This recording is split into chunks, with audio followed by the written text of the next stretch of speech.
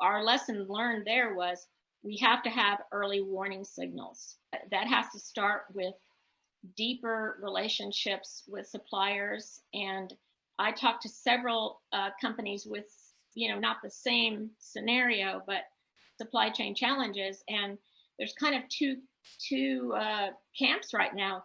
One that I spoke with regarding the shortage in the chip equipment manufacturing and chip manufacturers is we are in the fight.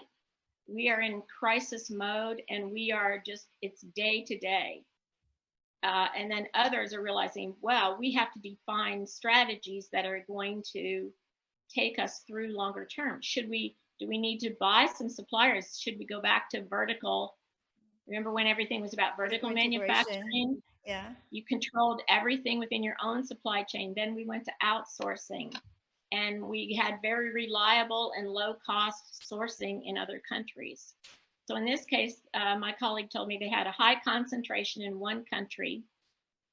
They felt that information was maybe not intentionally, but just not being shared because maybe the right questions weren't being asked. And so that for any board situation, and if you talk to anyone who's serving on a board, or how do you continue to refine your skills, you have to learn to ask very probing and significant questions. I always think about it, trust but verify. How do you dig deep enough? Because you're not there day to day, you're not in the management meetings.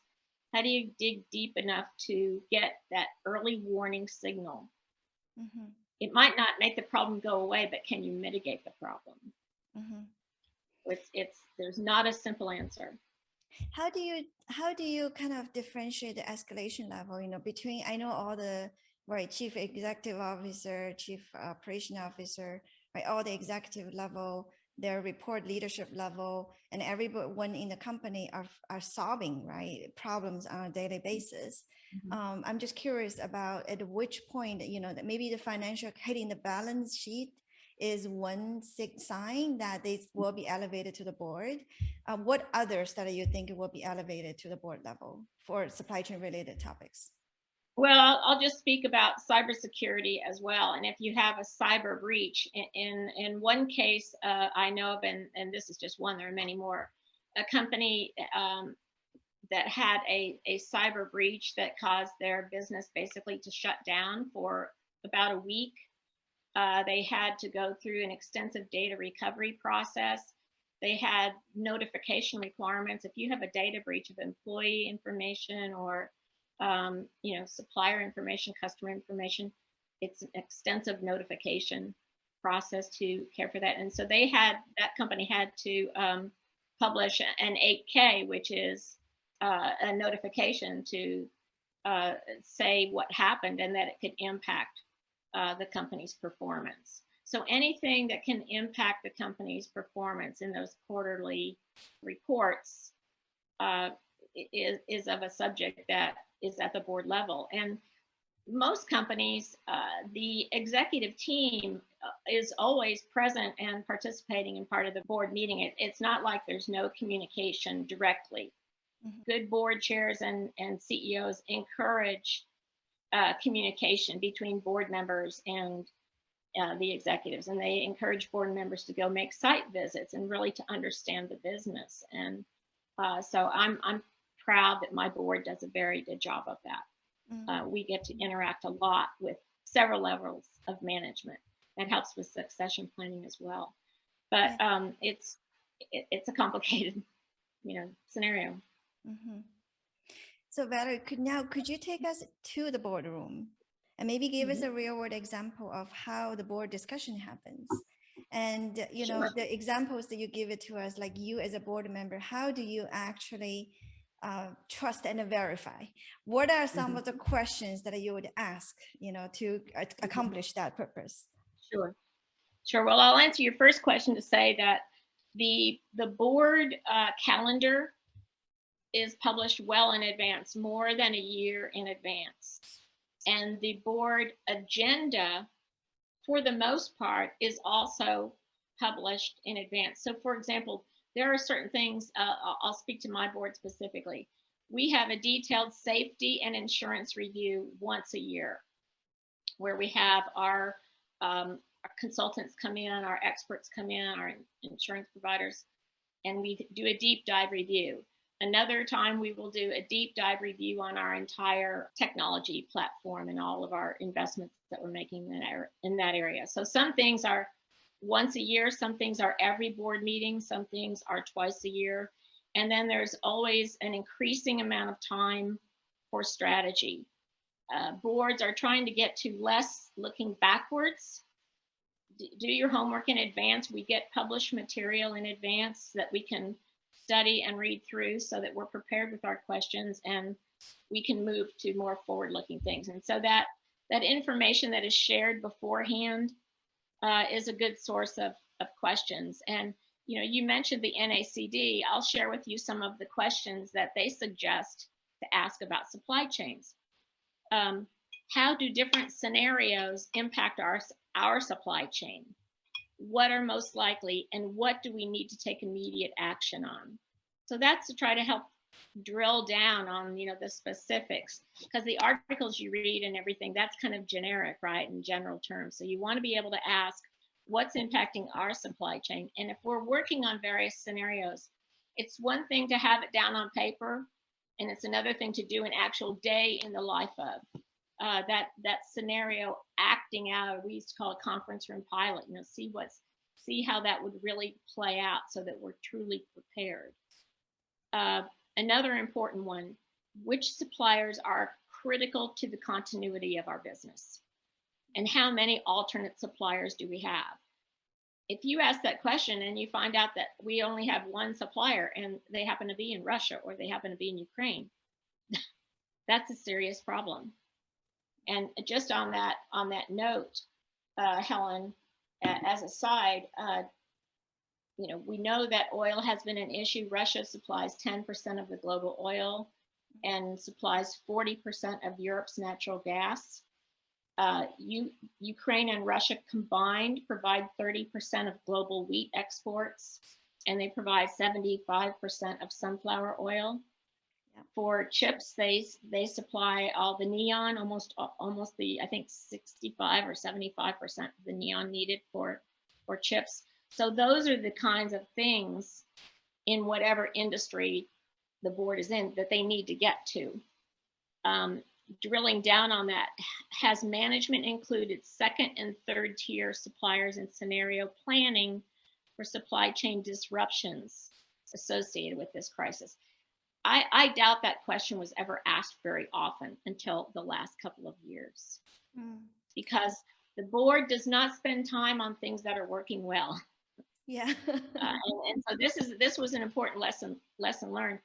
Boards have lots of playbooks for various disruptions.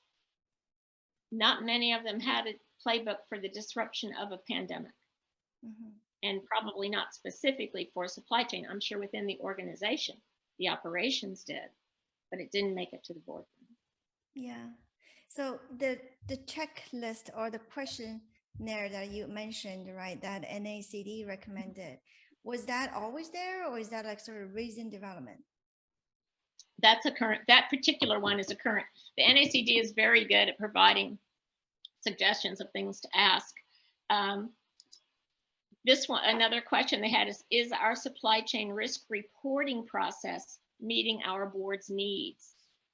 It's really important that we have to absorb a lot of information. So is it being presented in a way that's meaningful, that we can understand? Should supply chain risk oversight be moved to a temporary committee, or is the full board able to offer appropriate oversight? That question can be asked about a number of things. A few years ago, companies were trying to decide where should the oversight of cybersecurity sit, which committee. The three standing committees are the audit committee, which oversees the financial performance and many other things as well. The compensation committee, which is responsible for CEO compensation and succession planning, and then the nominating and governance committee.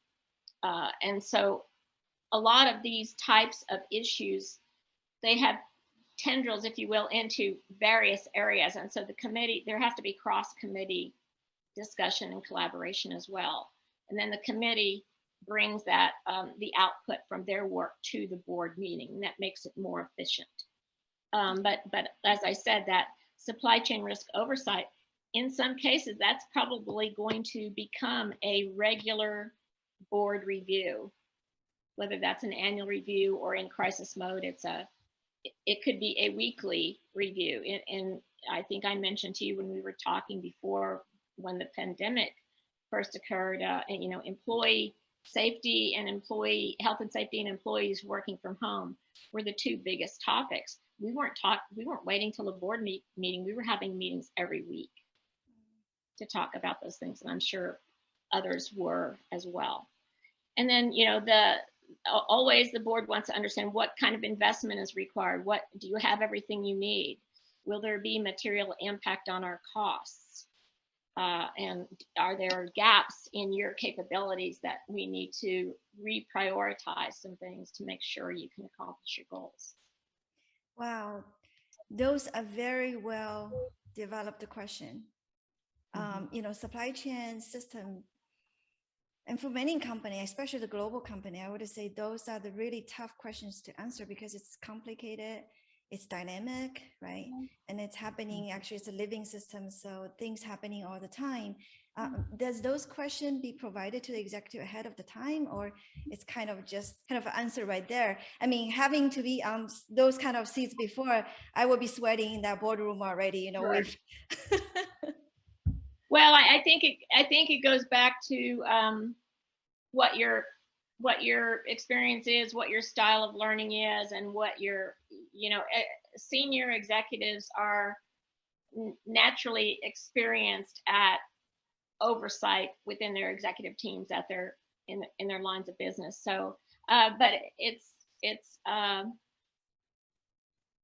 you could probably look at a lot of case studies where the failure was the right questions were not asked and answered. You know, questions were asked and questions were answered, but were they the right questions? And so if there's one takeaway, you don't have to wait to get on a board to say, I really need to ask the right questions to get to the heart of what I need to understand in order to verify that I'm comfortable with this information. I think it has a lot of practical application in many scenarios. Absolutely. We asked a poll question earlier. I love to display that, you know, share the result with everyone. So the question is, what 3 trends do you foresee having the greatest effect on your company or most companies over the next 12 months? And it's a multiple choice. So let me go with the highest vote, growing inflation. People, 55% of people voted for that. And the second highest is slowing global supply chain. That's 45%. And then the third one is increased competition for talent. That's 36%. So Valerie, what do you think? Well, I think number one, a year ago, growing inflation and slowing global supply chain would not have been at the top of the list. Increased competition for talent definitely would have been at the top of the list. I think cybersecurity, it's not super high on here, but it definitely would be top 10, if not top 5. Recent statistics I read on that scenario, Helen said that 50% of all companies have some kind of cyber event. And it used to be thought that, well, that's only, you know, big, the Facebooks and large companies, but any size company is vulnerable to that. And through the, you know, usually the easiest way through is an employee clicks on something they shouldn't have clicked on. Yeah, I see. But so, yeah, I think growing inflation and slowing supply chain, we're going to see those at the top of the list for a long time, at least a couple of years. Yeah. So I actually got those lists. Some of the lists, not entire, is from the NACD, so National Association of Corporate Directors. They surveyed nearly 250 members in November 2021, or that's, a few months ago, as part of their sort of annual director trends and priorities report. And among the top 3 priorities, 70% of the survey responded with competition for talent as the top trend, followed by 40% thinking the increasing pace of digital transformation, and then 41% of supply chain as sort of a long-term perpetual concern. And then actually in comparison, because we talk about inflation as well, from that report and from that survey, inflation was ranked number 5 and 35%. So given that sort of the trend, the environment, the background, the stories that Valerie, you have shared earlier, do you have any advice for the current and prospective board members? How do they prepare themselves for the future?